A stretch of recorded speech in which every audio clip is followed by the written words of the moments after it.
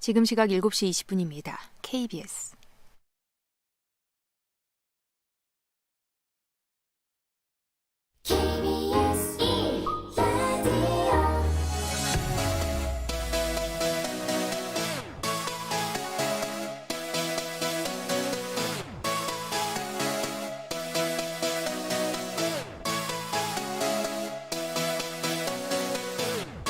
KBS 열린 토론.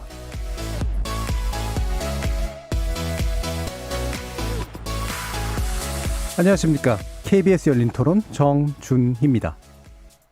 고등학교도 성숙한 나이이긴 하거든요. 자기 진로를 진지하게 고민하는 나이기도 하고, 그리고 또 고등학교를 졸업하고 바로 취업을 하는 경우도 요즘에 많이 있다고 해서 좀 더 일찍 진로의 방향성을 잡을 수 있다는 거. 저는 고등학교 2학년이고 지금도 문이과 통합인데 사탐만 3과목을 듣거나 과탐을 3과목만 듣거나 그런 학생이 많습니다. 그래서 만약 고교 학점제가 시행된다면 진짜 입시에만 도움이 되고 진짜 다양한 거 못 배우거든요. 능동적인 학습이 가능할 것 같아서 그 부분을 좀 좋게 생각을 하고요. 고등학교 때부터 그렇게 선택의 자유가 넓어지게 되면은 대학교에서도 조금 더 자기가 더 쉽게 정할 수 있지 않을까라는 우려되는 점 같은 경우는 일단 이게 적용이 되려면 대학 입시 제도를 좀 합쳐서 연계해서 잘 맞춰가야 되지 않나. 특히 우리 초등학생이나 중학교 졸업한 애들이 대부분 뭐 부모가 이렇게 짜주는 거지 본인이 하는 게 없는데 그걸 갑자기 고등학교에 가서 해봐라 하는 거는 부작용이 많지 않을까. 지금 뭐 고등학교 선생님들이 그렇게 학점에 맞게 과목 운영을 할 수 있는지도 검증이 된 건 아니잖아요. 갑자기 그냥 5년 뒤에 하겠다라고 이렇게 그냥 발표하는 거는 조금 너무 무책임한 것 같습니다. 거리에서 만나본 시민들의 목소리 어떻게 들으셨습니까? 오늘 토론 주제는 고교 학점제, 공교육 정상화에 도움될까입니다. 2025년부터, 즉 올해 초등학교 6학년이 되는 학생들이 고등학교에 입학하는 해부터 고등학교 수업 체계가 크게 바뀔 예정입니다. 교육부는 고교 학점제를 내년부터 단계적으로 도입하고 오는 2025년에는 전국 모든 고등학교에 확대 시행하겠다고 밝혔기 때문인데요. 마치 대학교처럼 학생이 원하는 수업을 수강 신청하고 정해진 학점을 이수하면 졸업 자격을 주는 고교 학점제. 1학년은 국영수 등 공통 필수 과목을 중심으로 수강하고 2학년부터는 진로와 적성에 따라 선택 과목을 수강하도록 하는 방식인데요. 고교 3년간 192학점을 채워야 졸업이 가능합니다. 더불어 모든 선택 과목은 절대평가로 바뀌는 등 여러 면에서 적지 않은 변화가 예상되고 있죠. 교육부는 이러한 고교 학점제 도입으로 고교 서열화를 해소할 수 있다고 보지만 일선 교육 현장에서는 부작용이나 미비점에 대한 우려 또한 큽니다. 오늘 KBS 열린 토론에서는 고교 학점제 안착을 위해 선행되어야 될 과제는 무엇이고 그 가운데 시급하게 손봐야 할 부분은 또 어떤 것이 있는지 세 분의 교육 전문가와 함께 꼼꼼하게 살펴보도록 하겠습니다. KBS 열린 토론은 여러분이 주인공입니다. 문자로 참여하실 분은 샵 9730으로 의견 남겨주십시오. 단문은 50원, 장문은 100원의 정보 이용료가 붙습니다. KBS 모바일 콩, 트위터 계정 KBS 오픈, 그리고 유튜브를 통해서도 무료로 참여하실 수 있습니다. 시민 논객 여러분의 뜨거운 참여 기다리겠습니다. KBS 열린 토론 지금부터 출발합니다. 살아있습니다. 토론이 살아있습니다. 살아있는 토론, KBS 열린 토론. 토론은 라디오가 진짜입니다. 진짜 토론, KBS 열린 토론.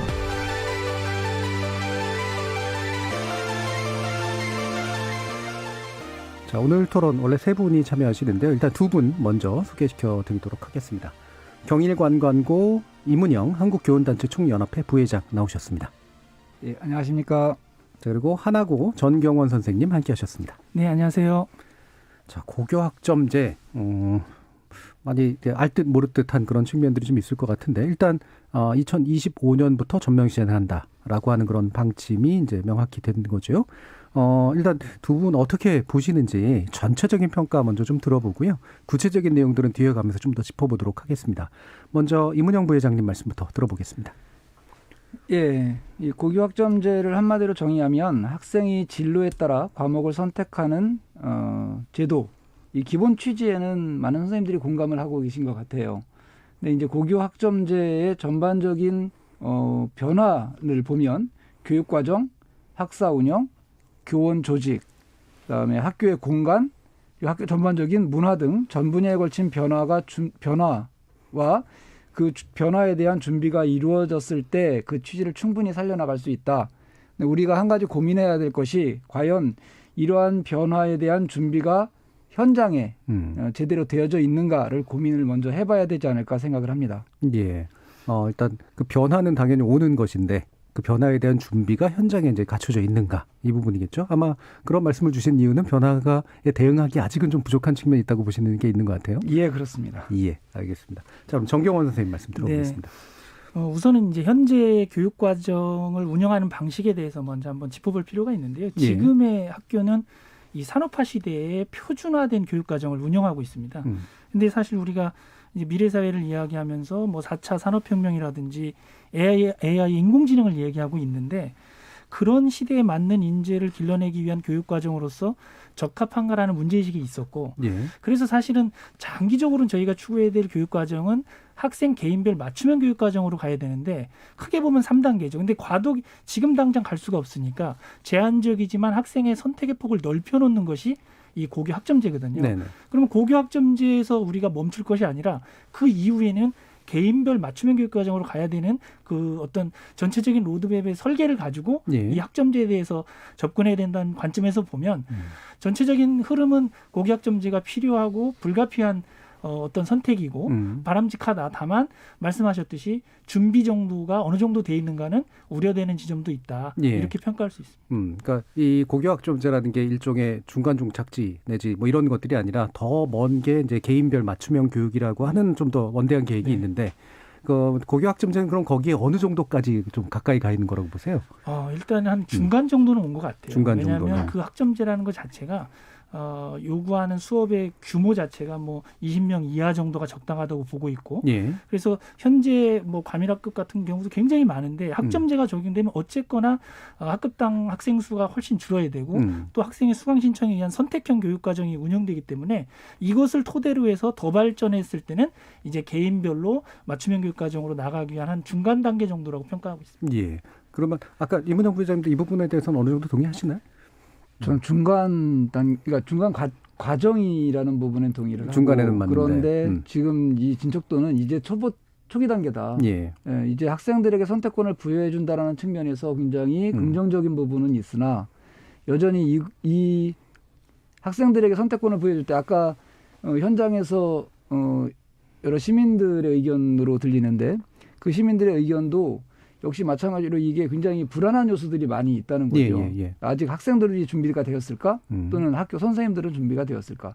그런 단계로 봤을 때는 이제 발걸음 단계다라고 생각을 합니다. 알겠습니다. 자, 그러면 총평을 일단 두 분께 들어봤고요. 구체적인 고교학점제 내용, 뭐 취지, 그다음에 짚어보시고 있는 교육부에서 보고 있는 그런 관점들에 대한 이야기가 먼저 좀 필요할 것 같아서 교육부 연결해서 고교학점 도입 취지 그리고 주요 내용 들어보는 시간 갖겠습니다.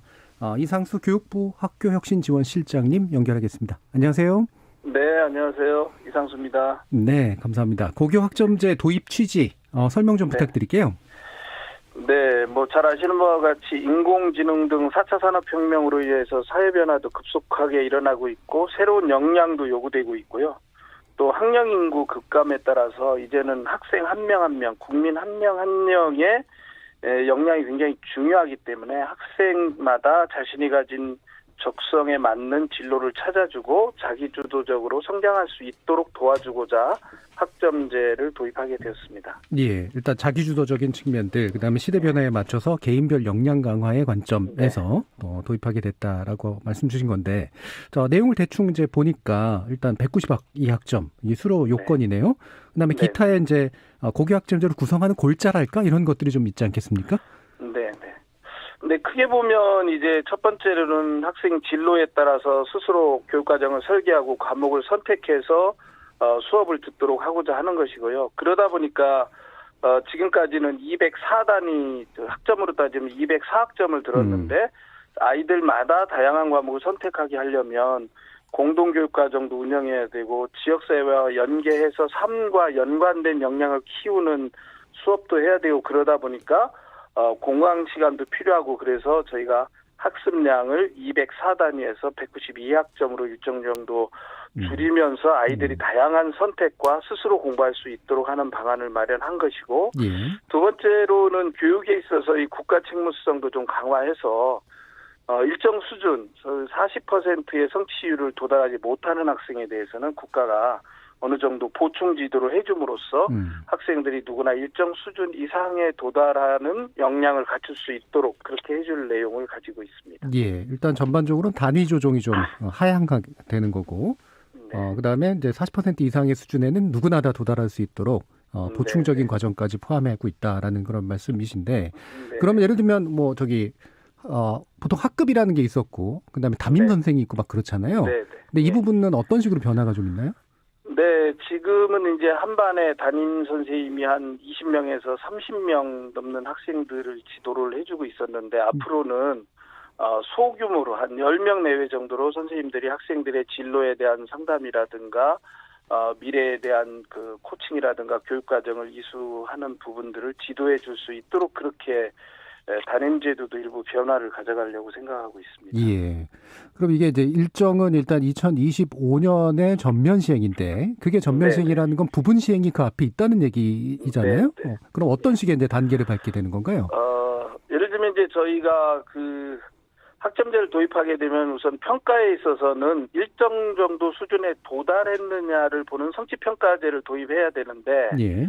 이 성취평가제를 저희가 선택 과목에 대해서 25년도에 전면 도입하게 되는데 평가제도의 변화는 대입제도의 변화를 가져오기 때문에 예. 저희들이 이제 24년도까지는 현행대로 평가는 그대로 가되 일부 이제 학교방 학습 경험을 뭐 3단위든 3학점이든지 이렇게 좀 해볼 수 있게 한다든가 이런 몇 가지 것들 그러니까 제도적으로 100% 다 들어오질 않지만 평가를 제외한 일정 부분들에 대해서는 미리 학교가 해볼 수 있도록 할 예정입니다. 예를 들면 미수에 대해서 보충 이수 해주는 것도 뭐 국영수라든가 몇 개 과목은 22년, 23년도 정도에 보충 이수 해주는 것을 미리 해보는 이런 단계적인 방안을 모색하고 있습니다. 예. 그럼 2025년에 이제 고등학교 1학년 들어가는 학생들부터 이제 대입 평가까지 연결되는 그 네네. 방식으로 이제 완벽히 재편된다 이런 말씀이신 네네. 거죠?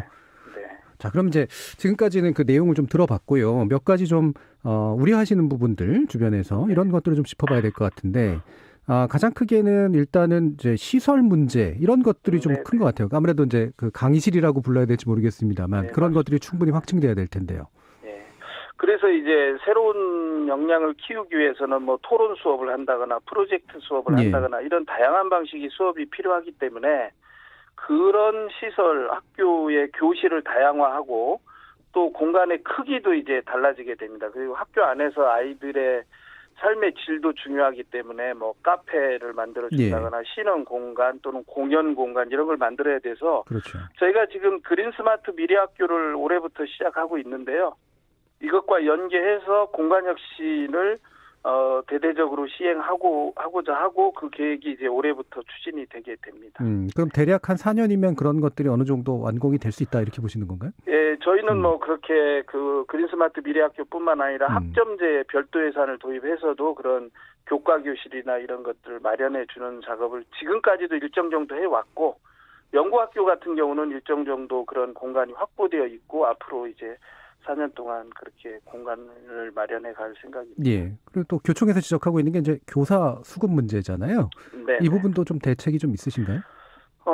저희가 이제 2022년도까지는 교원의 비율이 교원 숫자가 정해져 있고요. 예. 23년 이후에 중장기 교원 수급 계획을 22년도에 발표하게 되는데 이제 학점제가 도입됨에 따라서 다양한 과목을 이수해야 되고 아이들의 뭐 진로 지도도 해줘야 되는 여러 가지 것들을 어느 정도 그 교원이 더 필요한지를 연구학교를 통해서 저희가 이제 산출을 해가고 있습니다. 예. 그에 좀 부합하는 교원, 선생님들이 이런 다양한 수업에 전념할 수 있고 두세 개 과목도 가르쳐야 된다는 점 등을 고려해서 교원을 더 확보하는 방안을 마련하고 있고 그게 22년도쯤에 발표할 생각을 가지고 있습니다. 예. 그럼 아까도 이제 말씀 주셨지만 이제 성취평가제 이게 대입제도하고 연관이 된다고 하는 건데 그럼 그 당시에 맞춰가지고 이제 대학들도 이제 입시 방식을 바꿔야 되는 걸 거 아니에요? 네. 예. 그 어느 방식으로 어떤 시점에서 바뀔 수 있습니까? 대입 대입제도는 저희가 이제 4년 예고제를 현재 시행하고 네. 있습니다. 안정적 시행을 위해서. 일단은 2024년도 신입생, 그러니까 2027학년도 대입제도까지는 현행대로 가는 것이 기본 원칙이고요.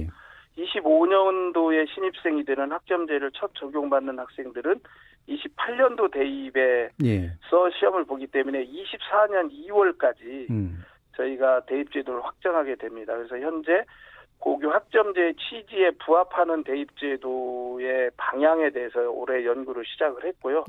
그 연구 결과를 토대로 학점제 취지와 여러 가지 면을 종합적으로 고려해서 24년 2월 정도까지는 발표를 할 예정입니다. 그러니까 2028년에 대학교 들어가는 학생들을 위해서 4년 전이 2024년까지 확정해서 발표해 주시겠다라는 말씀이네요. 자, 그러면 이렇게 준비해야 될 것들이 그래도 여전히 많을 것 같은데 이러한 현장의 선생님들이나 학부모님들 또 학생들에게 어떤 말씀 또 부탁해 주실 수 있을까요? 우선은 우리 선생님들께서 사실 다과목 지도나 학생 진로 설계를 도와주는 등 어려움이 많을 것으로 예상이 되지만 정말 우리 제자들의 미래를 위해서 하는 일이기 때문에 우리 학생들이 미래 인재로 성장할 수 있도록 많이 노력해 주시기를 부탁드리고 저희들도 이제 교육청과 함께 교원 업무 경감 등을 위해서 노력을 하겠습니다. 학생들의 경우는 자신의 진로나 적성에 대해서 좀 진지한 성찰을 하고 선생님이나 부모님과 잘 상의하면서 자기 주도적으로 학업 계획을 수립하고 그에 맞춰서 공부를 해주기를 바라고요.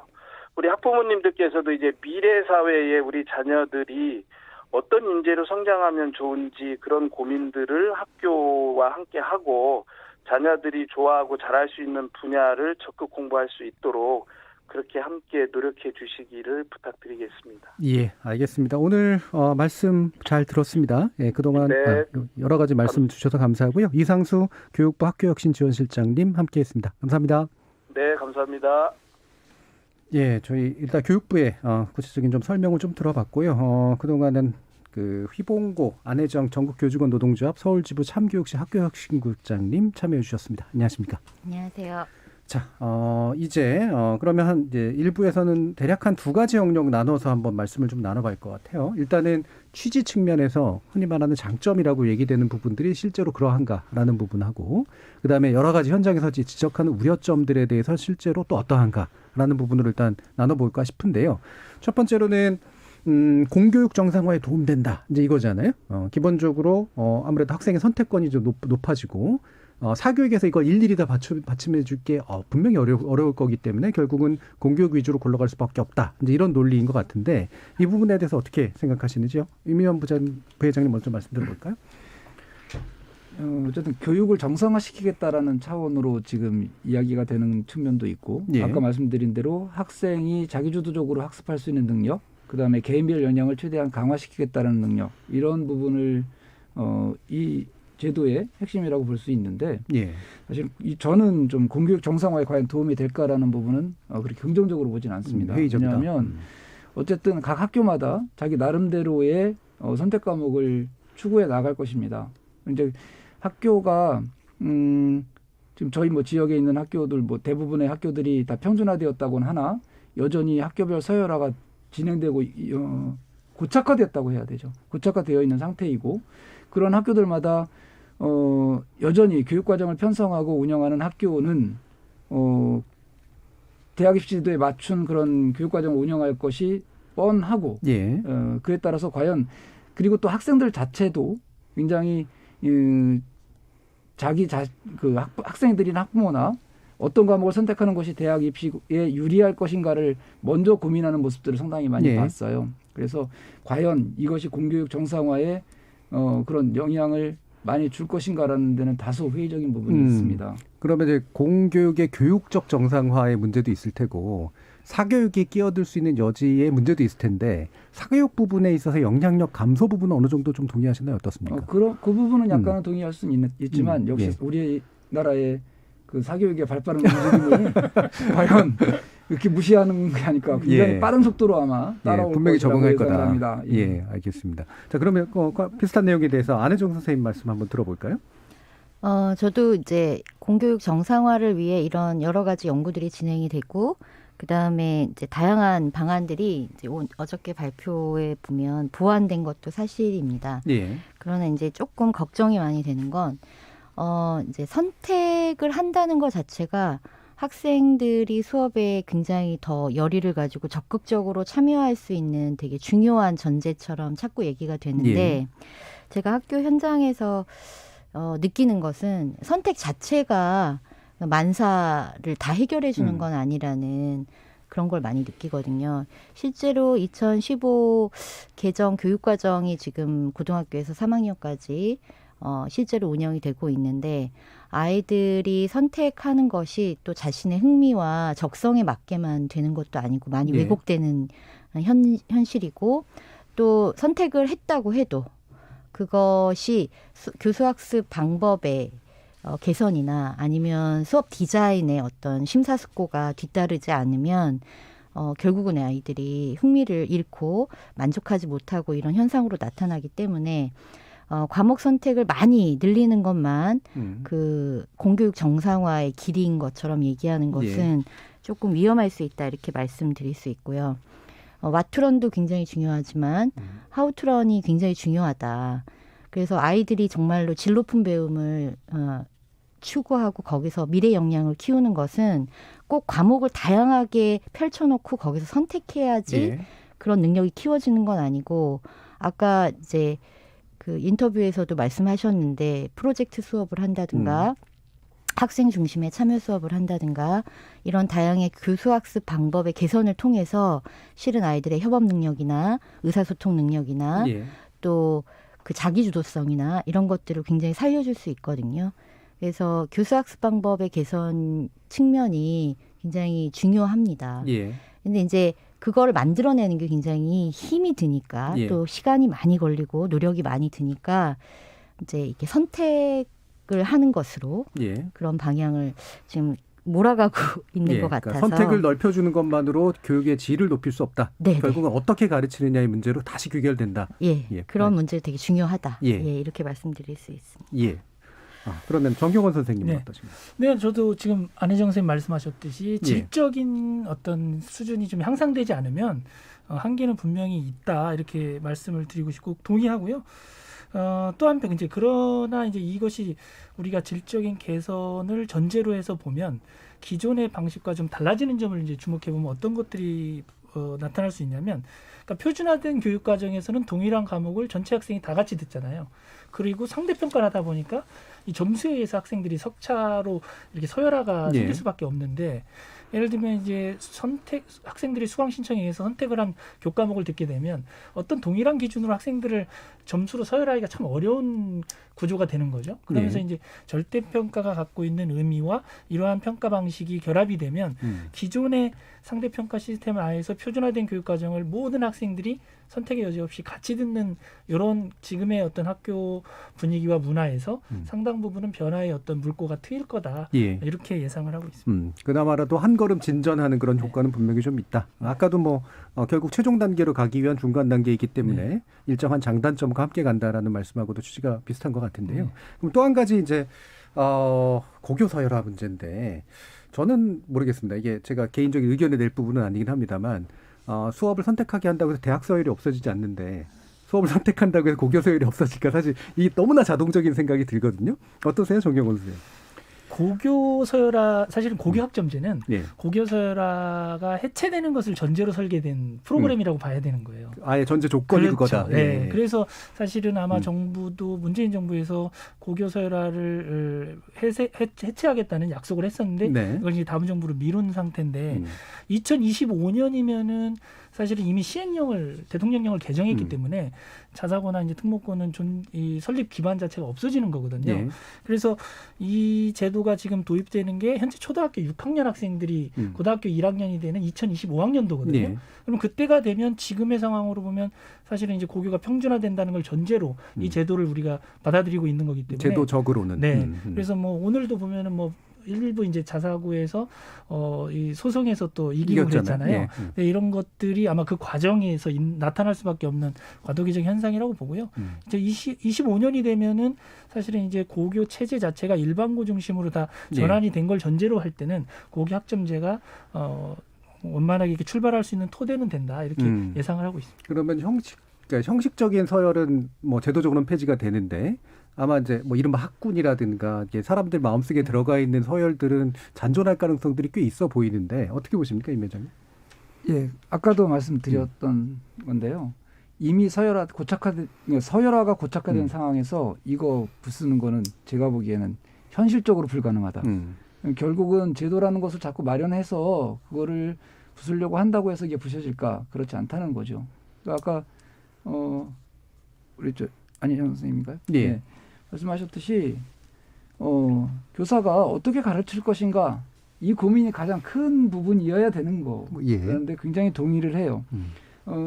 뭐 특목고 없애고 자유랑 자사고 없애고 국제고 없애면 과연 서열화가 없어지는 거냐? 이 부분은 사실 저는 동의하지는 않아요. 네. 오히려 지금 학생들의 선택권 그리고 학생들의 자기주도 능력을 향상시켰다고 하면서 기존에 있었던 특목고나 자유형 사립고 등이 각자 추구하고 있었던 방향성들이 있었는데 그거는 폐지하고 그럼 또 다른 방식으로 하겠다. 물론 나름대로 이것이 아까 정 소장님 말씀하셨듯이 이게 좀 제도를 통해서 이걸 좀 없애고자 하는 노력으로는 보이나 예. 결국은 그런 노력이 효과를 거두기는 어려울 것이다 라고 생각을 합니다. 그냥 있었던 제도들 가지고 잘 운영을 했으면 차라리 어땠을까라는 아쉬움이 예. 저는 좀 남고요. 너무나 이 서열화하는 부분을 너무 지나치게 강조한 예. 그래서 결국은 그것을 좀 없애고자 하는 노력들이 지금과 같은 이런 문제를 또 다른 문제가 뻔히 예상이 되는데 그걸 해결하기 어렵지 않을까라는. 그럼 일단은 이 방식으로 고교 서열이 없어지진 않는다와 함께 고교 서열이라고 하는 것 자체를 과도하게 나쁜 것으로 보는 시각에 대한 문제 제기도 있으신 것 같아요. 그러니까 그게 현실적으로 그럴 수밖에 없다는 불가피함 측면이신지, 그렇죠. 예. 아니면 그게 가지는 장점도 있다라고 보시는 건지. 이제 그게 가지고 있는 장점을 얘기하는 건 아니고요. 예. 사실은 그렇게 지나치게 경쟁화 서열화되는 것이 우리 사회의 문제점이라는 데는 동의하거든요. 그것을 없애려고 인위적으로 없애려고 하는 노력을 한다고 해서 이게 없어지겠느냐라는 말씀을 드리는 거고. 그렇게 없애려는 노력 가지고 이게 없어지기는 어려운 부분의 문제다. 네네, 알겠습니다. 다만 이 지나치게 서열화하고 경쟁화하는 부분에 대한 해소 방안을 끊임없이 노력은 해야 된다. 노력은 해야 될 필요는 있다. 안혜정 선생님. 일단은 고교학점제의 중요한 전제 조건이었다는 정경원 선생님 말씀에 적극적으로 동의를 합니다. 이제 고교학점제가 출발하기 위한 가장 중요한 전제 조건은 성취평가제, 즉 절대평가가 이루어져야 한다는 것. 그다음에 지금 불평등하고 서열화되어 있는 고교 체제를 해체하고 균질화하고 평등화하는 것이 되게 중요한 전제 조건이고요. 세 번째로는 대입제도가 이 고교학점제를 받쳐주는 대입제도로 변화해야 된다는 세 가지 조건인데 이 세 가지 조건이 다 지금 현재 현장에서 바라보기엔 매우 불투명해 보이고 또 이것을 이렇게 실현해 나갈 것 같은 정부의 의지도 점점 믿을 수 없는 상황이 되고 있거든요. 대입제도 공정성 강화 방안이 발표되면서 정시가 확대되고 교과 전형이 확대되고 이런 상황이기 때문에 현장에서 받는 사인은 과연 고교학점제라는 거 하나로 이거를 이제 학교에 밀어넣기만 하지 시스템 이거에 아주 중요한 전제 조건인 시스템들은 정부가 이렇게 만들어 갈 수 있을까? 이를 신뢰를 주고 있지 못한 상태라고 볼 수 있습니다. 알겠습니다. 그럼 그 밀접한 연관성이 있는 이제 대입제도, 이건 뭐 뗄래야 수 없죠. 사실 이 부분은 이제 제도 개선의 어떤 필요에 대한 부분으로 함께 2부에서 좀 더 논의해 보도록 하고요.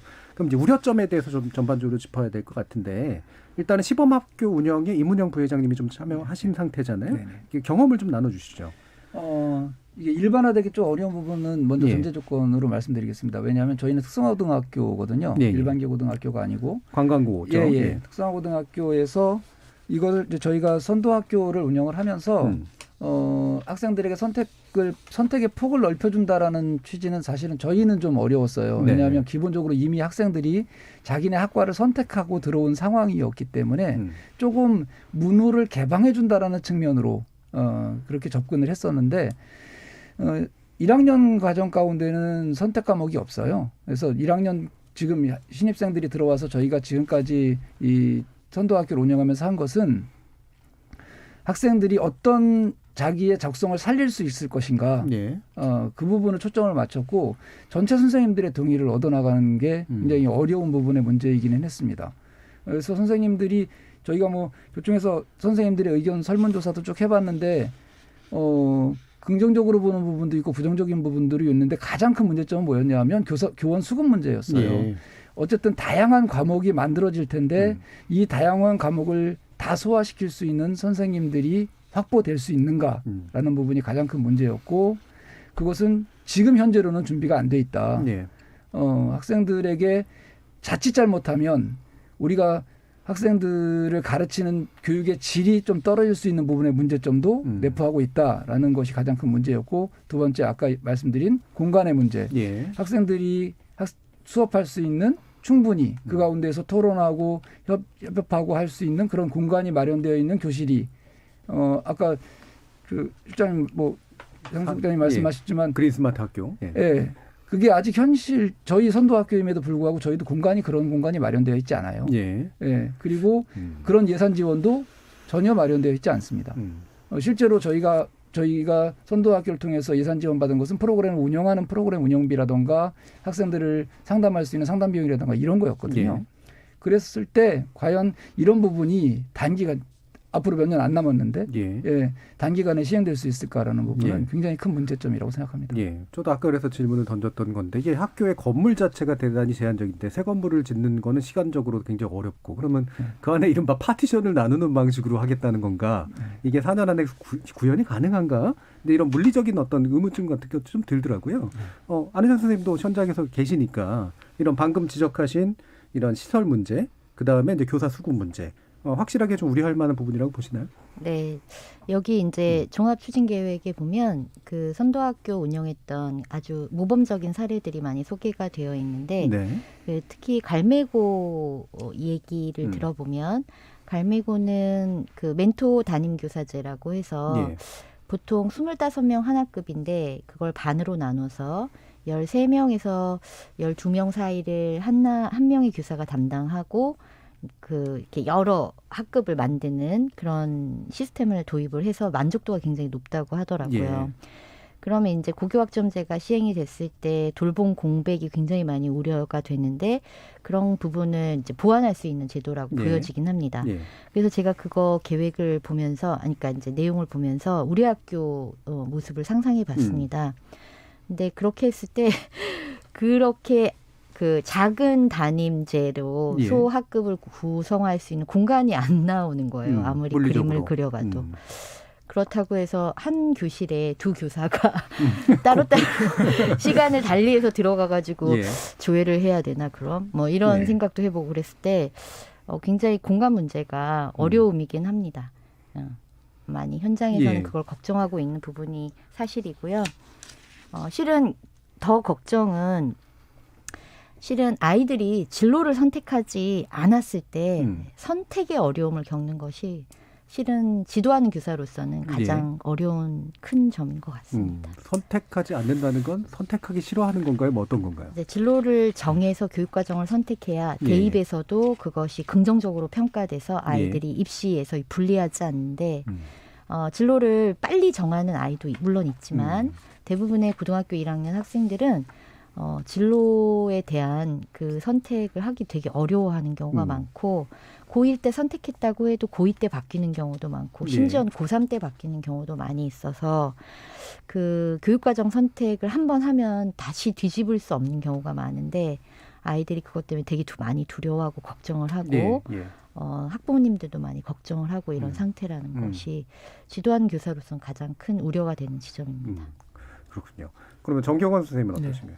예, 저도 지금 말씀하신 것처럼 고교학점제를 현장에 착근시키기 위해서 제일 중요한 것은 시설 문제도 있고 또 하나는 이제 방금 갈매고 사례를 우리 안혜정 선생님께서 말씀해 주셨는데 어떻게 보면 고교학점제 운영 방식에서 가장 이상적인 규모가 사실 10명에서 한 15명 정도가 수업을 하고 지도할 때 효과가 가장 클 텐데 그런 여건을 만들어주기 위한 교사 충원에 대한 문제 이런 것들도 사실은 가장 큰 지금 문제로 예상되는 지점이고 또 한편 이제 예를 들면 교대나 사대, 그러니까 특히 이제 사범대 양성 과정에서 방금 말씀하셨듯이 학생들이 대부분 고등학교 1, 2학년, 3학년 단계에서 자신이 미래에 뭘 할 것인가에 대한 진로를 설계 못하는 경우가 많거든요. 네. 그러면 교사에게 요구되는 역량이 그런 진로나 이런 상담할 수 있는 역량도 필요한데 그런 부분에 대해서 사실 현장에 있는 선생님들이 교사가 되기까지 교육과정 안에서 그런 진로 상담과 관련된 트레이닝이나 교육을 충분히 받지 않은 상태도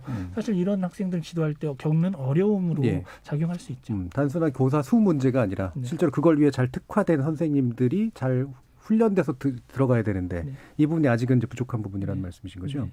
네. 그럼 이 부분도 하나 짚어주시죠. 그러니까 뭐 시설 문제와 함께 또 같이 가는 거긴 한데 뭐 언뜻 보면 예를 들어 학생 수가 적은 이른바 이제 시골 학교들은 어떤 면에서는 약간 여지가 좀 더 있을 수도 있는 거고, 근데 또 반대로 보면 거기에 공급돼야 될 어떤 적정한 선생님이라든가 아니면 재원이라든가 이런 게 또 부족할 수도 있는 거, 이게 복합적으로 좀 결합돼 있는 것 같은데 이 부분은 어떤 것들을 좀 봐야 될까요? 일단 예. 제가 먼저 말씀드릴까요? 네, 실은 고교학점제를 바라보면서 가장 많이 걱정하는 학교가 지방의 네. 읍면 소재지에 있는 학교들이라고 생각을 하거든요. 도시는 그래도 교강사를 구하기가 그렇죠. 원활하지만 이런 시골 학교, 교통이 좀 불편한 학교들 같은 경우는 강사를 구하기가 굉장히 어렵습니다. 그래서 이제 대안으로 제시되는 게 이제 온라인 수업이죠. 근데 우리가 지난 2020년에 온라인 수업을 해본 결과 이제 학업 성취도가 굉장히 뛰어난 학생들은 온라인 수업에 대한 만족도도 높고 네네. 실제로 성취도 많이 올라갔거든요. 그런데 그런 자기주도성이 떨어지는 학습자 같은 경우는 온라인 학습이 효과가 없고 그래서 오히려 학력이 전반적으로 저하되는 현상이 나타났습니다. 읍면 소재지에 있는 학생들 중에 굉장히 뛰어난 학생 소수 학생은 그 온라인을 통해서 선택 과목을 다양하게 선택할 수 있을지 모르지만 나머지 학생들은 선택에 되게 제약을 많이 받을 수 있고요. 선택을 한다고 해도 그것이 온라인으로 이루어진다면 그 교과가 목표로 하는 어떤 성취 이런 걸 하기가 굉장히 어려운 구조를 안게 된다고 생각을 하고, 그러면 그 학교 자체가 굉장히 선호하지 않는 학교가 될 가능성이 많고, 그렇게 되면 지역사회 전체가 굉장히 영향을 많이 받게 되는 굉장히 여러 가지 여파들이 많이 예상이 되고 있고요. 이 선택이라는 것이 교육 불평등으로 심화될 가능성이 굉장히 많이 있습니다. 지역 간 격차도 있고요. 또 학교 간에도 그런 격차가 벌어질 가능성이 많고, 한 학교 안에서도 선택 과목에 따라서 우수한 학생이 선택하는 과목과 우수하지 않은 학생들이 선택하는 과목이 선명하게 드러나면서 이렇게 불평등이 심화되거나 아니면 이것이 대입 성적으로 들어갔을 때 학생들을 구별하는 이런 척도로 사용될 가능성도 매우 높죠. 예. 그러면 이제 결국 고교사회라는 뭐 좀 없애겠다라고 했지만 실질적으로 보면은 지역 간 차이, 학교 간 차이, 학교 내부에서의 학생 간 차이, 이게 더 심화될 위험이 훨씬 더 커졌다라고도 보시는 거잖아요. 예, 이문효 선생님. 예, 저도 그 부분에 대해서 가장 우려하는 바 중에 하나입니다. 그러니까 교육 격차가 더 심해질 것이다. 그러니까 농어촌 같은 경우에는 물론 학급당 인원수가 적게 편성되어 있기는 하나 그만큼 교사의 수도 상대적으로 적은 거거든요. 예, 그렇죠. 그럼 적은 교원 수로 다양한 과목을 소화하기는 더더욱이나 어려운데 이런 부분에 대한 해소 방안은 전혀 없어요. 그래서 굉장히 위험하게 지금 이 정책이 추진되고 있는 부분 중에 하나가 우려하는 것 중에 하나가 교육 격차 해소 부분에 대한 노력을 전혀 기울이고 있지 않는 것이 아닌가. 그러니까 그 선택 과목 같은 경우도 마찬가지일 거예요. 어차피 대학 수학력 그 대입 전형제도 자체를 좀 변경을 한다고 했을 때에 결국은 다시 대학 수학력 시험 뭐 그 비중을 높인다거나 이렇게 갈 건지 아니면 예전처럼 다시 수시 모집이나 수시 전형을 다시 확대할 건지, 만약에 그런 식으로 된다면 각 대학들은 틀림없이 어떤 과목들을 수강한 학생들을 위주로 선발을 할 가능성이 상당히 높아질 것이고, 그러면 공부하기 어려운 과목을 선택하는 학생들은 아까 이야기한 대로 오히려 서열화시키는 그러한 구조로 전개될 가능성이 상당히 많기 때문에 이런 부분에 대한 고민을 충분히 해야 될 필요가 있지 않을까. 그러니까 선택을 넓혀놨기 때문에 대학이 선택하기에도 더 다양해진 거죠. 이런 측면들이 좀 있는 거죠. 예. 예, 정경근 선생님. 네, 이 고교학점제가 사실은 입시제도와 연계가 되지 않으면 예. 대입제도랑 효율적으로 매칭이 안 되면 사실 좀 파행적으로 운영될 확률이 굉장히 높은 거예요. 왜냐하면 말씀하셨듯이 정시나 수능의 비중이 높으면 학생들은 과목을 선택할 때 당연히 정시와 수능에 도움이 되는 과목을 선택할 수밖에 없는 상황이잖아요. 그래서 대입제도를 어떻게 설계하느냐가 이 고교학점제가 현장에 안착되는 굉장히 중요한 기준이 될 수밖에 없는 그런 상황이라는 점을 감안해야 됩니다. 예, 결국 모든 게 참 대입의 문제로 연결이 되긴 하는데 불행히도 이 부분 후반부에서 좀 아주 집중적으로 좀 논의해 보도록 하고요. 청취자 여러분들이 보내주신 또 문자나 의견 들어보도록 하겠습니다. 정희진 문자 캐스터. 네, 지금까지 청취자 여러분이 보내주신 문자들 소개합니다. 정세영님, 기본 이수 과목들은 학교마다 제일 잘 가르치는 선생님들이 맡아주시면 학생들에게 도움이 될 것 같습니다. 대신 선생님들은 공부 안 하시면 많이 힘들어질 것 같네요. 김수진님, 학부모와 학생들을 준비하기에 시간이 너무 빠듯한 거 아닌가요? 2220님, 고교학점제와 절대평가로 학군 쏠림 현상이 심화될까 우려됩니다. 9291님, 지금은 대학교육 정상화가 먼저입니다. 대학 전공 살려 직장 선택, 취업하는 비율 20%도 안 됩니다. 이것부터 해결해야 국가 경쟁력이 있습니다 해주셨고요. 느티나무님, 과목 선택에 있어 학생들 의견도 들어봤으면 좋겠네요. 불필요한 수업도 많았습니다. 허국회님, 고교 서열화 해체? 학점제를 운영 중인 대학교의 서열화는 해체됐나요? 의문입니다. 라이프 이즈 뷰티풀님, 공교육 정상화 의도대로 된다면 좋겠습니다. 다만 선거 국면에서 사교육 시장의 반발은 어떻게 무마시킬지 이 부분이 중요해 보이네요. 김주영님, 대학 안 가고 먹고 사는데 지장 없는 환경을 만드는 게 더 우선돼야 하지 않을까요? 성공하려면 꼭 대학을 가야 한다는 생각부터 바뀌길 기대합니다. 0533님, 준비도 안 돼 있고 공간도 없고 외고와 과학고는 없애고 기가 막힙니다. 우리 아이들을 전부 바보로 만드는 거 아닌가요? 9803님, 운동이나 예술 분야 진학을 목표로 하는 학생들에게 큰 도움이 될 것 같습니다. 천편일률적인 암기 과목이 아니라 체력 향상에 도움이 되는 과목 등을 선택할 수 있으면 학교 수업에도 재미를 갖게 되고 진학에도 도움이 될 것 같아요. 7606님, 고교학점제를 완성, 정착하려면 대학 입학에 있어서 무시험 전형과 졸업 기준의 강화에 초점을 두길 바랍니다. 더 이상 학생들에게 대학에 가기 위해 불필요한 시험과 흥미없는 과목의 강제적 학습으로 스트레스를 받지 않았으면 좋겠습니다. 선생님들과 교수님들께서도 권위의식과 기득권을 버리고 학생들 스스로 자신의 진로를 선택하고 공부할 수 있도록 조력자로서의 역할이 바람직합니다. 라고 보내주셨네요. 네, KBS 열린 토론. 이 시간은 영상으로도 생중계하고 있습니다. 유튜브에 들어가셔서 KBS 1라디오 또는 KBS 열린 토론을 검색하시면 지금 바로 토론하는 모습 보실 수 있습니다. 방송을 듣고 계신 여러분이 시민 농객입니다. 계속해서 청취자 여러분들의 날카로운 시선과 의견 보내주세요. 지금까지 문자캐스터 정희진이었습니다. 토론이 세상을 바꿀 수는 없습니다. 하지만 토론 없이 바꿀 수 있는 세상은 어디에도 없습니다.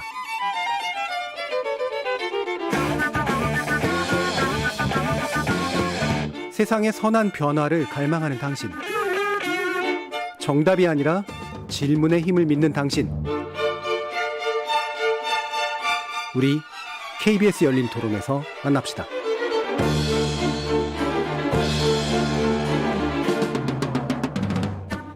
KBS 열린 토론, 오늘은 고교학점제, 공교육 정상화에 도움될까라는 주제로 전경원 하나고 선생님, 안혜정 전국교직원 노동조합 서울지부 참교육실 학교혁신국장, 그리고 이문영 한국교원단체 총연합회 부회장, 이렇게 세 분과 함께하고 있습니다.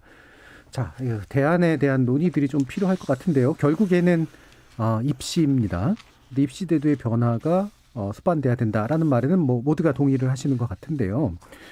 거기에 관련된 문제들이 몇 가지가 있는 거죠. 이를테면 입시 유리한 과목 위주의 선택의 어떤 우려에 대한 것들도 있고, 그다음에 결국은 다시 이제 수시 비중이 높아져야 될 수밖에 없는, 그러니까 학종과 수시의 어떤 측면들이 결국은 이거하고 연관이 되는데, 현재 보면은 잠시 정시 비중을 좀 높이는 방향으로 갔던 거, 물론 이거 균형을 맞추기 위함이다라는 유은혜 장관의 말이 있긴 했었습니다만, 자, 이런 부분도 좀 짚어봐야 될 것 같고, 일단 말씀 좀 들어볼게요. 정경원 선생님부터 들어보겠습니다. 네, 우선은 이게 아까도 저희가 논의했지만은 고교학점제는 이 대입제도와 연계가 되지 않으면 현장의 혼란이 극심하게 될 거기 때문에 쉽게 말하면은 이 학점제 기본 구조를 잘 이해해야 대입제도도 설계가 잘 되거든요. 그렇죠. 그러면 학점제 지금 예상 모습을 우리가 예측해 보면 지금 학점제 이수 단위가 192학점을 이수하면 졸업을 인정해 주는 거거든요. 네.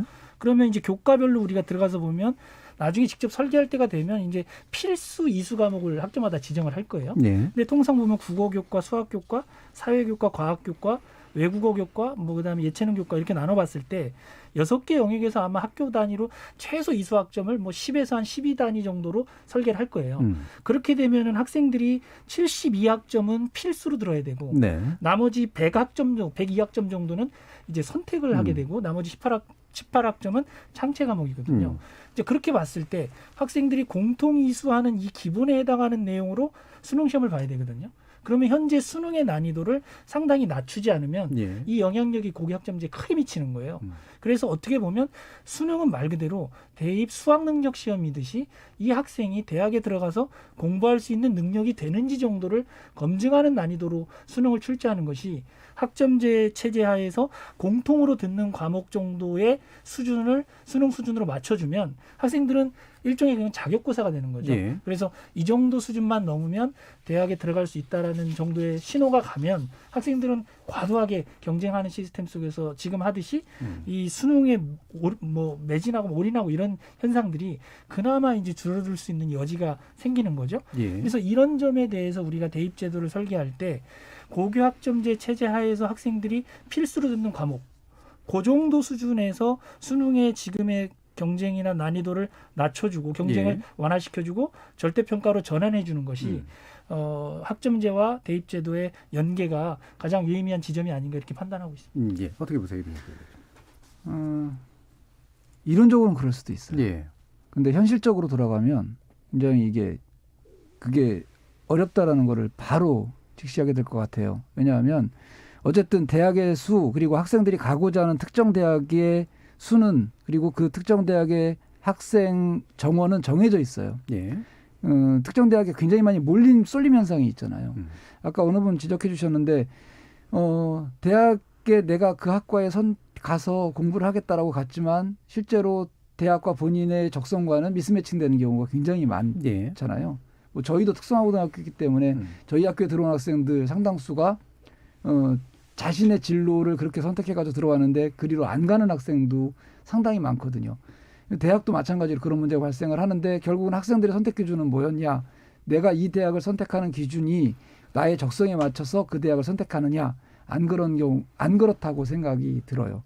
결국은 대입제도의 개편이라는 것이 단지 대학을 들어가기 위한 제도의 개편을 통해서 고등학교 교육이 정상화되겠는가라는 부분은 굉장히 회의적이고요. 네. 아까 어떤 분이 얘기했는데 대학 교육이 정상화 얘기하시더라고요. 네. 이게 먼저 진행돼야 될 부분이라고 저는 생각해요. 대학 교육이 정상화 안 되니까 고등학교 교육이 파생적으로 가는 거예요. 대학이 제대로 인재를 키워내서 그 인재가 사회에 공헌을 할 수 있는 시스템이 갖추어져야 되는데 그게 아니고 개개인적으로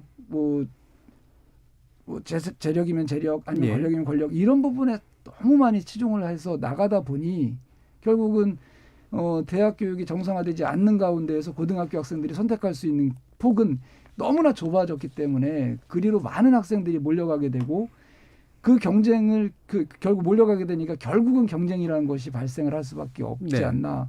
따라서 이 제도 자체가 그렇게 가려면 이 제도 자체가 거기에 휩쓸려 갈 가능성이 상당히 많다는 거죠. 예. 결국은 또 다른 경쟁으로 이게 가게 될 것이다라는 생각입니다. 그래서 이제 경쟁을 바로 이제 없애기가 되게 어렵다. 기존 구조가 살아 있는 한 이제 이거는 당연히 동의되는 건데 그 대학 교육의 정상화라는 말씀을 쓰실 때 그게 대학 교육이 전반적으로 비슷한 수준에서 좀 높은 질의 교육을 주는 대학적 평준화도 있잖아요. 이 부분하고 개별 대학들이 이제 정말 정상적인 교육을 하느냐 하고 또 이것하고 좀 구별해서 얘기해야 될 것 같은데. 사실은 이제 고등학교에서 그러니까 저희도 교육하면서 느끼는 바들은 학생들의 그러니까 각 대학이 고등학교 같은 경우에 그렇거든요.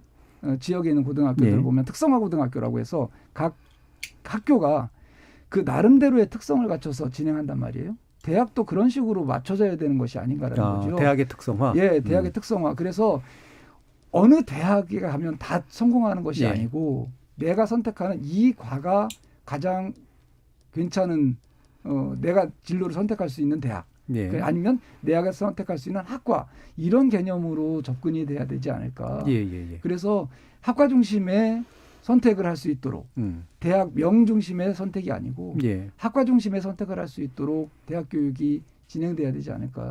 알겠습니다. 안혜정 선생님. 네.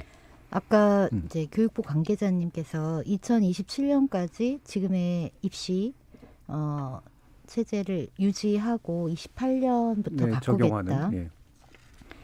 이제 위에 교육부 단위에서 정책을 결정하는 건 1년, 2년의 이제 연구와 뭐 여러 가지 공청회 등을 통해서 굉장히 빠른 시간 안에 결정을 할 수 있지만 네. 학교의 변화는 그렇게 빨리 이루어지지 않거든요. 네. 2009년에 입학사정관제가 도입이 되고 그것이 안착돼서 여러 가지 문제점들이 보완되면서 학생부 종합 전형으로 바뀌고 또 학생부 종합 전형으로 바뀌면서 학교가 그 학생부 종합 전형의 취지에 맞게 교육 활동을 전개한 다음에 그 결과를 생활기록부에 적고 그 결과를 대학이 평가하는 시스템이 이렇게 무르익을 때까지 10년의 세월이 걸렸어요. 그래서 10년 동안 굉장히 많이 진화 발전했고 고등학교는 이제야 그 수시 전형을 잘 준비할 수 있는 시스템을 만들었거든요. 그런데 이제 만들어서 잘 돌아갈 준비가 됐는데 갑자기 입시가 바뀌어가지고 지금 저희 고등학교에서 겪는 아주 큰 고민은 정시가 확대된 이 시스템에서 그리고 새롭게 발표된 대입 방안에 따라서 비교과 활동이 다 없어지고 동아리 활동, 뭐 자유동아리 활동, 수상, 그다음에 독서 기록 이런 게 다 없어진 이런 체제에서의 수시 준비는 어떻게 해야 되는지 굉장히 고민하고 있거든요. 지금 1학년 입학하는 1학년부터 그래요. 이 1학년에 맞춘 시스템을 또 만들려면 몇 년이 걸릴 겁니다. 네. 그래서 몇 년이 걸려서 또 만들어 놓으면 2028년에 고교학점제에 맞는 체제로 변환할 때 정성평가를 많이 도입하는 방향으로 바뀔 가능성이 굉장히 많은데 그때 또 정시와 교과 전형에 맞게 최적화된 시스템을 만들어왔던 학교가 갑자기 체질 변화를 또 하긴 굉장히 어렵다는 거죠. 이제 학교는 정책이 결정돼서 그게 학교에 안착될 때까지 그렇게 빨리빨리 변환이 되는 것이 아니기 때문에 만약에 고교학점제라는 것을 예상을 하고 28년에 대입을 바꿀 거면요. 저는 27년까지 지금의 대입을 고집할 문제는 아니라고 생각하거든요. 분명히 학교 현장에서 문제점이 많이 얘기가 되고 있고 그렇다면 충분히 조금 더 고교학점제에 맞는 대입 제도를 더 먼저 조금씩 도입해가지고 학교가 준비할 수 있는 시간을 주셔야 된다. 이런 얘기를 하고 싶습니다. 일단 병존 과정이라는 건 어쩔 수 없을 텐데 아마 결국 변화를 하려면 그 병존하는 그 기간을 좀 길게 잡아가지고 좀 무리 없이 갈 수 있도록 좀 해달라라는 그런 말씀이시네요. 네네. 정경원 선생님도 비슷하신 생각이신가요? 네, 저도 뭐 같은 생각이고요. 과거에 저희가 그러니까 뼈아픈 대목이 교육계에서는 이제 그런 선생님들 많이 공감을 하시는 부분이 그 학종의 불공정성 논란이 있었을 때, 그러니까요. 사실은 학종이 불공정하다는 문제 제기에 대해서는 학종의 공정성을 확보하는 쪽으로 나갔어야 되는데 정시로 그냥 수능 정시 확대를 가버린 거예요. 그러다 보니까 지금의 이런 혼란이 생겼는데. 최근에 제가 이제 자료를 보다가 되게 재밌는 자료를 본 게 이 지방 거점 국립대 중에 한 대학인데 그 입학 전형료 수입은 사실은 입학 전형에만 다 쓰여야 되니까 그 감독 수당을 얼마나 줬나를 봤더니 지방에 있는 거점 국립대인데도 억 단위 이상의 돈을 다 감독 수당으로 주는 거예요. 그렇다면은 사실 저는 그걸 보면서 학종의 공정성 확보 방안으로 그때 많이 제시됐던 게 실제 면접 장면을 동영상으로 녹화하고 또 뭐 음성이든 다 기록으로 남겨서 나중에 이제 학생들이 이의 제기하거나 당락에 동의하지 못할 때 그 장면을 보고 제3자가 정확하게 판단할 수 있는 이런 절차들을 마련해서 학종의 공정성 확보하자 했을 때 대학들이 이제 재정적 부담이 있다 이런 얘기를 했었는데 사실은 수당 현금으로 주는 것만으로도 이런 공정성은 충분히 해소할 수 있었거든요. 그래서 아마 지금 이 논의는 또 발생할 거예요. 이 고교학점제가 도입되면 수시의 이 공정성 확보, 학종의 공정성 확보를 어떻게 할 것인가 할 때 저는 차제 반드시 이 부분을 논의해서 정시에 대한 공정성은 이의제기를 하지 않지만 학종에 대해서는 공정성의 이의제기가 많기 때문에 그 부분도 같이 보완이 돼야 예. 학점제도 제대로 정착할 수 있다. 예. 이렇게 제안을 하고 싶습니다. 사실 참 이 부분 한참 많이 토론했던 건데 네. 그러니까 공정성 문제까지 결국 나오면서 그럼 단순하게 가자. 특히 이제 학력고사 세대, 저도 학력고사 세대라 그렇긴 합니다만 단순하게 가면 수능으로 딱 해서 비록 줄 세우기라는 문제는 있지만 그게 그나마라도 복잡한 것보다 낫지 않아?라고 하는 그런 말들이 되게 많았고 결국 그게 이제 정부를 일부 움직인 게 있잖아요. 근데 지금 약간의 전환들이 좀 보이는 것 같긴 한데 어떻게 전망하세요, 임 선생님은? 그 대입제도의 개편 예. 방향은 결국은 계속 쳇바퀴 돌듯이 돌아가는 거예요. 사실 그 아까 전 선생님 얘기했듯이, 정경 선생님 얘기했듯이 이 부분에 대한 제도가 잘못됐으면 그 부분을 보완할 생각을 하는 게 아니고 확 갈아엎는 형태로 이게 뭐 국민의 여론 때문에 그런 건지는 잘 모르겠으나 네. 부분적으로 잘못된 부분은 그 부분을 고치려는 노력을 해줘야 되는데 예. 뭔가 새롭게 그냥 확 바꿔버리는 거예요. 그러니까 선생님들이 가장 고통스러운 부분은 그 부분이거든요. 그러니까 지금까지 잘 준비되어 와서 앞으로 우리나라 대입제도는 이런 방향으로 가겠지. 그러니까 아까 말씀드렸지만 우리나라 대입제도는 이제는 외국의 시스템처럼 종합전 입학사정관을 통한 또 그 학교 나름대로 학생들이 고등학교 교육과정 가운데에서 얻은 부분들을 네. 어떻게 대학이 평가해서 학생들을 뽑아가는 이런 제도로 전환해서 가는 듯하게 보이다가 갑자기 이제 대입 정시 수능 점수로 학생들을 뽑아가는 정시 전형으로 많이 전환되는 이런 부분들은 교육부가 심각하게 좀 고민을 해줬으면 하는 부분이에요. 방향이 정해졌으면 그 방향대로 흘러가도록 부분 정비하고 수리하고 이렇게 가야 되는데 그 틀을 완전히 바꾼다면 고등학교 교육이 정상화되기 굉장히 어려워질 것이다라는 생각입니다. 그러면 뭐 제가 약간 이 부분은 그냥 다 같이 한번 질문을 드리고 싶은데 제가 예전 토론할 때도 이제 보면은 이런 얘기들 이제 나오면은 이제 다 이제 선생님들이 나와 계시니까 학교 현장에 대한 불만을 가지고 계신 분들은 이렇게 얘기를 한다면 바꾸고 개혁하고 그러면 당신들이 힘드니까 칭얼대는 거 아니냐. 그리고 모든 개혁에는 당연히 현장의 저항이 있을 수밖에 없는 건 당연한 거 아니냐. 그러면 그 두 가지가 이제 부딪히다 보면 사실 중간이 되게 없어지잖아요. 그러면 이제 여기 나와 계신 선생님들이 나 때문에만 해라고 생각하실 분들은 아니라고 봐서 그러면 개혁의 필요성과 그다음에 현장에서의 실제로 시간이 필요하고 어려운 부분들을 어떻게 조화시키는 게 필요한가라는 데에 대한 나름의 생각들이 좀 있으실 것 같아요. 안 선생님 어떠신가요?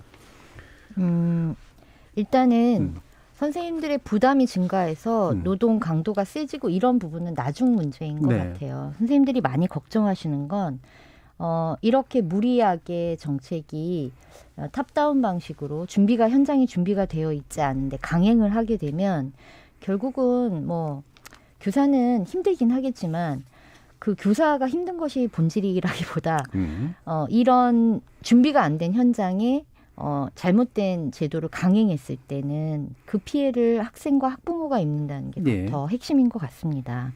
일단은 교육의 질 저하를 우려하시는 선생님들이 굉장히 많습니다. 교강사에 대한 처우 개선이 얘기가 되고 있지만 학교의 많은 부분이 시간 강사로 이제 대체되거나 이랬을 때 교육과정 운영의 불안정성이 굉장히 많이 늘어나게 되고 선생님들이 다과목, 다학년 지도를 하면서 수업 디자인이나 준비, 연구 이런 면에서 얼마나 깊이 있게 아이들의 배움과 성장을 위한 고민, 수업 디자인을 하는데 얼마나 많이 시간을 쓸 수 있는가 이런 어려움도 실질적으로 있고요.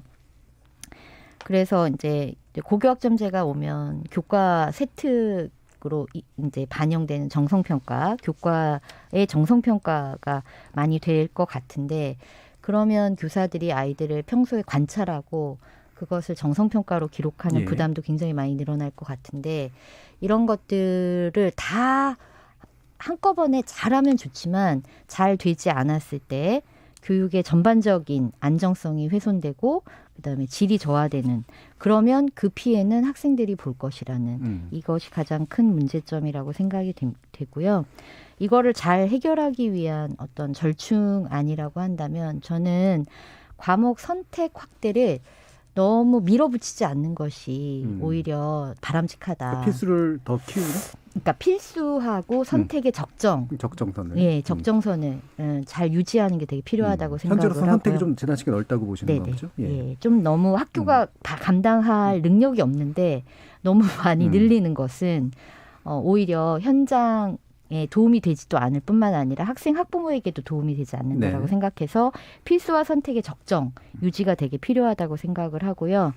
그리고 그 학생의 돌봄 공백 부분을 학교가 잘 준비할 수 있도록 시간을 좀 줘야 된다. 이런 말씀을 드리고 싶습니다. 예, 정경원 선생님. 네. 이 문제는 사실은 교사의 자발성을 어떻게 끌어낼 것인가가 관건이라고 봐요. 그래서 학교 현장에서 선생님들에게 친절한 안내도 필요하고 반발씩 조금씩 점진적으로 이렇게 나가는 그런 노력이 필요한데요. 예를 들면 지금 이런 겁니다. 학교 현장에서 학점제를 생각하면서 선생님들이 각 교과목을 맡고 있잖아요. 그럼 내가 개설할 수 있는 교과가 어떤 내용들이 있는지도 사실은 상세한 안내들이 안 돼 있는 거예요. 학교 현장에. 그러면 정규 교육과정에 내가 속한 교과에서 가르칠 수 있는 교과목 리스트, 그다음에 전국 17개 시도 교육청에서 교육감이 승인한 교과목이 또 있거든요. 그 리스트 다 줘서 선생님들에게 선생님이 이 교과에서 개설할 수 있는 교과목 리스트가 이렇게 있고, 근데 이것들 가운데 선생님이 혹시 마음에 안 들어서 나는 이런 교과목을 더 개설하고 싶다 할 때는 교육감 승인을 받으면 개설이 가능하거든요. 이런 안내.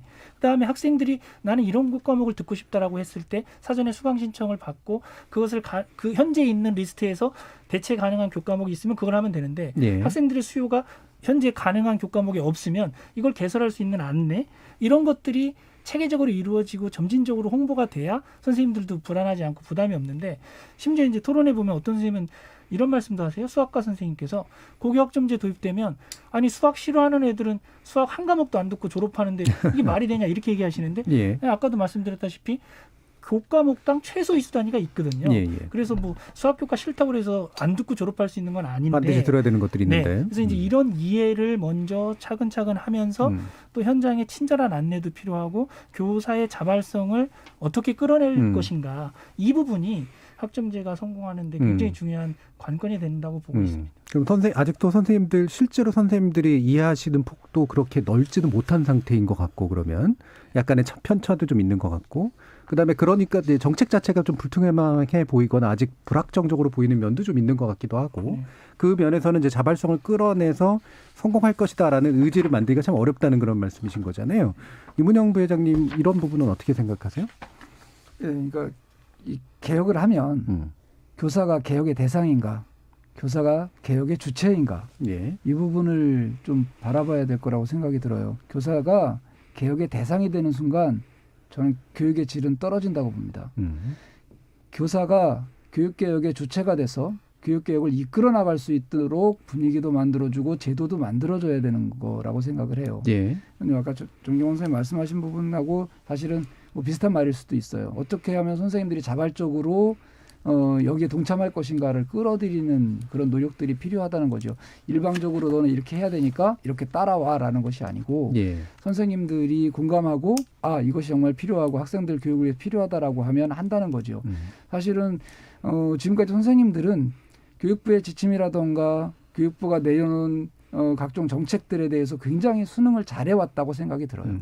어쨌든 지침이 마련되고 정책이 마련되면 선생님들은 최선의 노력을 다해왔습니다. 그런데 그것이 보다 능동적으로 진행될 수 있도록 선생님들이 함께 갈 수 있도록 선생님들을 설득하는 작업들이 필요하지 않을까라고 생각이 들어요. 저희 교총에서도 설문조사를 지난 짧은 기간 동안에 했는데 참여율이 상당히 높았어요. 짧은 기간 동안의 설문임에도 불구하고 선생님들이 그만큼 관심이 높다라는 반증이라고 생각을 했어요. 그런데 여기서 한 가지 좀 주의 깊게 봤던 것이 뭐냐면, 연구학교 선도학교를 한 선생님들은 어쨌든 고교학점제에 대한 이해도가 좀 높았다고 설문조사 결과가 나왔고 일반 학교 그러니까 지금 고교학점제를 시행하지 않은 일반 학교들은 아직은 선생님들이 그 부분을 이해하지 못하는 부분들이 많다라는 거죠. 예. 그런데 2025년 시행이고 경기도교육청 같은 경우엔 2022년도에 특성화고등학교 모든 특성화고등학교가 전면 시행을 해야 되는 상황입니다. 그렇다면 선생님들이 이 부분에 대한 동의를 충분히 끌어낼 수 있는 노력들을 교육부나 교육청은 얼마만큼 해왔는지 그 부분에 대한 고민을 좀 더 해주셨으면 좋겠고 어쨌든 선생님들이 이 업무 부담이라던가 아까 저희가 쭉 이제 그 토론을 해왔지만 어쨌든 선생님들이 부담을 상당히 많이 느낄 수밖에 없는 제도인데 그렇다면 그렇다고 선생님들이 안 하진 않을 겁니다. 틀림없이. 저희 학교 선생님들도 아까 뭐 상담 부분 이런 부분을 이야기했지만 모든 선생님들이 다 동참하고 있어요. 어쨌든 선생님들이 노력은 하실 겁니다. 그런 노력들에 대해서 선생님들이 이 개혁에 끌려가지 않도록 그런 부분을 좀 더 집중적으로 마련해 주셨으면 좋겠다라는 생각합니다. 이게 뭐 가끔은 개혁의 대상이 되어야 될 경우도 있고 하지만 이 부분은 확실히 뭐 선생님이 개혁의 대상은 아닌 것 같아요. 개혁을 함께할 동반자고 주체이기도 하고 이런 거기 때문에 그래서 혹시라도 이제 잘못된 프레임으로 저항 세력 때 이제 개혁 세력을 한다 이런 식의 어떤 것들을 만들지는 않았으면 좋겠다라는 생각도 저도 듭니다. 이게 마무리할 시간인데 사실 이 부분은 좀 짚었어야 되는데 못해서요. 이건 안혜정 선생님께 제가 한번 여쭤볼게요. 아까 교원수급 문제도 많이 얘기해 주셨기 때문에 어떻게 임용하고 교육해서 공급하는 게 이제 필요할까? 어떤 것들을 좀 제안하고 싶으세요? 일단은 이제 지금 발표된 안에 보면 조금 옛날보다 굉장히 자세한 로드맵을 제시를 하고 있고, 그 이제 임용 당시부터 이제 다과목을 전공한, 전공을 여러 과목을 한 친구들에게 이제 가산점을 주는 방식으로 유도를 하려고 하고 이렇게 구체적인 안들이 제시가 되고 있는데 저는 물론 임용하는 새로운 교사들도 문제지만 지금 현장에 계신 교사들이 이제 다과목을 지도할 수 있는 역량을 준비할 수 있도록 더 적극적인 지원이 필요할 것 같고요. 이제 한국교육과정평가원에서 진행한 연구들을 보면 지금 현재 고등학교 시스템에서는 대부분의 교사들이 자기 전공 한 과목만 자격을 가지고 있는 경우가 많이 있거든요. 이런 현실에서 98% 정도가 그래요. 이런 현실에서 준비가 되어 있지 않은 상태에서 갑자기 다과목 지도에 대한 부분을 얘기를 하면 어려울 것 같고 교사들이 그런 준비를 할 수 있도록 굉장히 많은 연수와 지원이 필요하다고 생각이 됩니다. 혹시 보완하실 분이 있으면 30초 정도 하실 수 있습니다. 이 과목, 그러니까 표시 과목을 선생님들마다 다 가지고 있는데 이 표시 과목에 대한 확대를 하나의 정책으로 제시한 부분들도 있더라고요. 근데 그게 능사는 아니다. 어쨌든 선생님들은 자기 과목이나 아니면 학생 지도에 대한 전문가라고 다 얘기하는데 그 전문성을 최대한 살릴 수 있도록 교원 수급을 보다 확대시켜야 된다라는 것이 기본적인 생각입니다. 알겠습니다. 자, 오늘은 이제 교육 문제 가지고 토론을 해봤는데요. 오늘 토론 함께해 주신 이문영 한국교원단체 총연합회 부회장, 그리고 안혜정 전국교직원 노동조합 서울지부 참교육실 학교혁신국장, 그리고 하나고 선생님이신 정경원 선생님 세 분 모두 감사합니다. 네, 고맙습니다. 감사합니다.